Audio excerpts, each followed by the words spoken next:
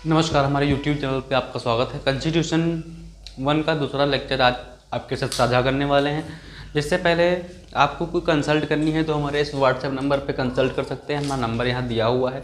हमारा लेक्चर अच्छा लगे और आने वाली परीक्षा जो दिसंबर में होने वाली है वहाँ पर 100% आपको हमारा पिछले लेक्चर का वीडियो जो है और ये लेक्चर 100% इसका 10 नंबर का क्वेश्चन मिलने वाला है। जो आपको क्वेश्चन मिलता है तो हमारे इस नंबर पे आप कंट्रीब्यूट भी कर सकते हैं। तो हम आपके लिए ये प्रश्न लेके आए हैं। तो आपको बता दें कि संविधान क्या है, इस सब के बारे में चर्चा किया था। अब यहाँ पे चर्चा करेंगे संविधान के स्रोत क्या है। अब संविधान के स्रोत कहाँ से लिए गए, संविधान कैसे बना, संविधान को बनाने के लिए किन किन देशों के संविधान से क्या क्या हमें छीनना पड़ा या लेना पड़ा या अध्ययन से समावेश किया, इन सब बारों में चर्चा करेंगे। और ये क्वेश्चन हर जगह से पूछा जा सकता है। तो आपको बता दें, जो संविधान का सबसे बड़ा स्रोत था वो क्या था। संविधान का सबसे बड़ा स्रोत था भारत सरकार का अधिनियम 1935।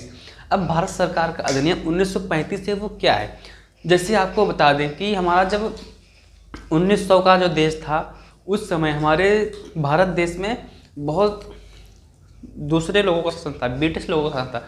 उस समय क्या हुआ कि ब्रिटिश वाले लोगों ने भारत में दोहरी नागरिकता का प्रावधान बढ़ाया कि भारत में लोग दोहरी नागरिकता अपनाएं।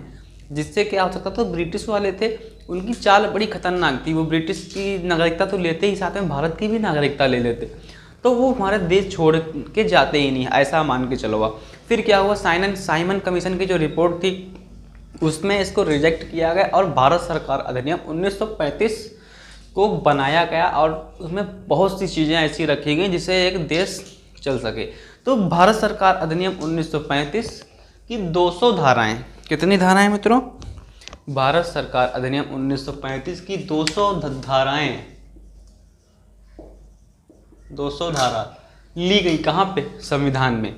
तब जाके हमारा ये संविधान का स्रोत सबसे ज़्यादा प्रभावित किससे है, भारत सरकार अधिनियम 1935 की 200 धाराओं से सबसे ज़्यादा प्रभावित है। फिर बात कर लेते हैं ब्रिटेन का संविधान।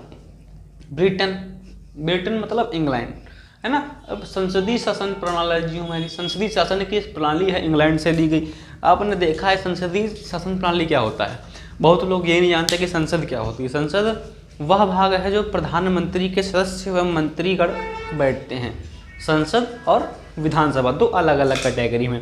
संसद जो है सेंट्रल गवर्नमेंट को पावर देती है और तुम्हारा विधानसभा है वो स्टेट गवर्नमेंट को पावर देती है, क्योंकि वहाँ पर वह विधायिका बैठती है जो कार्य को आगे बढ़ाती है। तो संसद हो गया ना संसदीय शासन प्रणाली।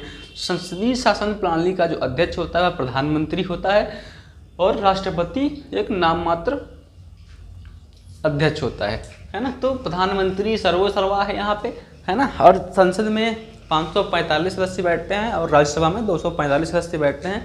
इसका मैंने एक स्पेशल अलग से आर्टिकल भी बताया था आपको। तो अब आगे डिस्कस करते हैं। जो संसदीय शासन प्रणाली जो हमारी है वो कहाँ से ली गई, ब्रिटेन के संविधान से। अमेरिका से उठा लेते तो हमारे वहाँ अध्यक्षीय शासन प्रणाली हो जाती। फिर प्रधानमंत्री मतलब कुछ नहीं रहता, राष्ट्रपति शासन रहता। अब बात करते हैं अमेरिका का संविधान। अमेरिका का संविधान से क्या क्या लिया गया हमारे भारत में, प्रस्तावना जो है अमेरिका के संविधान से ली गई। आपको हमने पिछले चैप्टर में व्हाट इज प्रम्बल नाम का एक क्वेश्चन पढ़ाया था, प्रस्तावना क्या है ना। तो बता दें, हम भारत के लोग प्रभुत्व संपन्न समाजवाद, पंथ निरपेक्ष लोकतांत्रिक गणराज्य, लोगों को आर्थिक राजनीतिक और न्यायिक न्याय दिलाने के लिए, राष्ट्र की एकता अखंडता के लिए 26 नवंबर 1949 को विक्रमी संवत 2006 को इस संविधान को अधिनियमित अंगीकृत करके जनता को समर्पित करते हैं। ऐसी संविधान की प्रस्तावना रखी गई थी। लेकिन संविधान के मूल ढांचा को मजबूत बनाने के लिए पंथ निरपेक्ष समाजवाद शब्द जो है वो अलग से जोड़े गए थे, है ना। और वो जोड़े गए थे संविधान के 42वें संशोधन के अंतर्गत। फिर बात कर लेते हैं मूल अधिकार। मूल अधिकार क्या होते हैं मित्रों, हमारे फंडामेंटल राइट्स होते हैं।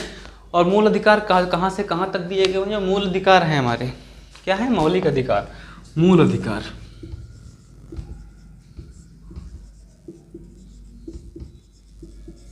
अधिकार हमारे कहाँ से दिए गए हैं, आर्टिकल 14 से 35 तक। लेकिन मूल अधिकार कब बेकार हो जाते हैं, मूल अधिकार तब काम नहीं करते जब राष्ट्र या देश में किसी राज्य में 3 कंडीशन होती हैं।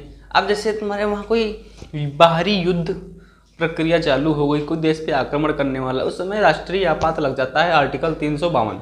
उस समय हमारे मूल अधिकार कम हो जाते हैं और राष्ट्रीय आपात खत्म होते ही मूल अधिकार फिर से प्रभावी हो जाते हैं।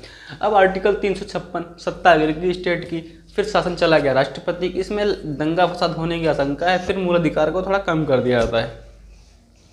और आर्टिकल 360 वित्तीय आपात होता है, आपको ये आपात भी बता देते हैं। जैसे 352 है, ये होता है राष्ट्रीय आपात, राष्ट्रीय आपात। हाँ 356 होता है राष्ट्रीय आपात। अब किसी क्षेत्र में जो तुम्हारा है कोई सत्ता है गिर गई, तो राष्ट्रपति शासन बोल सकते हैं उसे, राष्ट्रपति शासन। और 360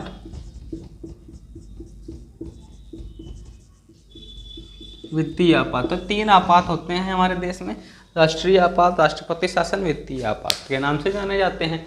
तो ये हो गए मूल अधिकार। इस समय मूल अधिकार को थोड़ा घटा बढ़ा सकते हैं। फिर क्या हो गया, सर्वोच्च न्यायालय। अब भारत का सर्वोच्च न्यायालय कहाँ है? तो दिल्ली में है, तो इसकी कई ब्रांचेस खोल सकते हैं। इसका एक स्पेशल आर्टिकल वहाँ पे दिया गया है, वो सब आप पढ़ो, अध्ययन करो, बहुत मजा आएगा। तो सर्वोच्च न्यायालय अमेरिका के संविधान से उठाया गया, उसकी जो शक्तियाँ हैं, नियम कानून है, वो सर्वोच्च न्यायालय से लिए गए। कैसे होगा, एडहॉक क्या होता है, कॉलेजियम क्या होता है, सब वहीं से उठाया गया। बाद में स्वतंत्र न्यायपालिका, जो हमारी न्यायपालिका है, सुप्रीम कोर्ट वगैरह है, ये बिल्कुल स्वतंत्र है, इस पर किसी का जोर दबाव दबदबा नहीं है, है ना। इसीलिए संविधान जिसने बनाया था, जो हमारे लोग थे, उन्होंने बड़ा बेहतर ढंग से बनाया था। अब स्वतंत्र न्यायपालिका नहीं होती तो राजनीतिक दल सारे गुंडाई करते, अवैध वसूली करते, और न्यायपालिका उन पर प्रश्न उठाती तो वो न्यायपालिका को मिटा देते, क्योंकि संविधान में ऐसा था। और जानते ही हो, पिक्चर तो देखिए आपने, मंत्री होते हैं, कितने गुंडा होते हैं, पुलिस प्रशासन मंत्री के अंडर में काम करता है ना। तो यहाँ थोड़ा न्यायपालिका को एक अलग स्थान दिया गया, जिससे न्यायपालिका बिल्कुल स्वतंत्र होकर प्रधानमंत्री तक पर भी एक्शन ले सके। फिर बात कर लेते हैं आयरलैंड के संविधान से क्या लिया गया। राज्य के नीति निर्देशक तत्व, आर्टिकल 36 से 51 तक आपको हमने बताया राज्य के नीति निर्देशक तत्व। अब आप सोच रहे होंगे राज्य के नीति निर्देशक तत्व क्या होते हैं। राज्य के नीति निर्देशक तत्व वह हैं जिसमें सरकार आपको कुछ देती है और फिर कुछ ले भी लेती है। जैसे आपको एक एग्जाम्पल के रूप में बताते हैं, जैसे अभी कोविड काल आया था, उस समय सरकारें बहुत से राज्य में राशन वगैरह सब फ्री दे रही थी, तो और बाद में उसको ले लिया गया। तो इसी प्रकार आर्टिकल 36 में यही बोल दिया गया कि सरकार जो आपको दे रही है वो कभी भी ले सकती है, और आप अनुच्छेद 32 के अंतर्गत मौलिक अधिकार का उपयोग करके उसे कोर्ट में चुनौती नहीं दे सकते हैं, ऐसा बोल दिया गया। तो राज्य के नीति निर्देशक में वही सब है जो राज्य में देगी, और कब तक देगी इसकी कोई गारंटी नहीं है। राष्ट्रपति का निर्वाचन मंडल, राष्ट्रपति कैसे निर्वाचित होता है आपको सब बताया था। आर्टिकल 52 में राष्ट्रपति पद है, उसके बाद 60 तक और हटाने तक के लगा के निर्वाचन तक की पूरी व्यवस्था दी गई है, वो सब एक बार जरूर विजिट करें। तो ये सब आयरलैंड के संविधान से ले लिया गया। फिर आ गया कनाडा का संविधान। कनाडा के संविधान से क्या लिया गया, फिर संघात्मक शासन, है ना। हमारे वहाँ क्या है, संघात्मक शासन है। सारे नेतागण, सारे सांसद, मंत्री सब एकजुट होकर काम करते हैं, संघात्मक शासन, है ना। एकात्मक शासन क्या होता है, एकात्मक शासन हुआ है जिसमें राष्ट्रपति द्वारा ही सब कुछ निर्णय लिए जाते हैं, वह होता है एकात्मक शासन, जो अमेरिका के संविधान में है और अमेरिका में लागू भी है। फिर ऑस्ट्रेलिया का संविधान, उससे हमारे जो भाषाएं हैं हमारे राज्य की वो ली गई, हर राज्य की अलग अलग भाषा, वो सब उठाया गया।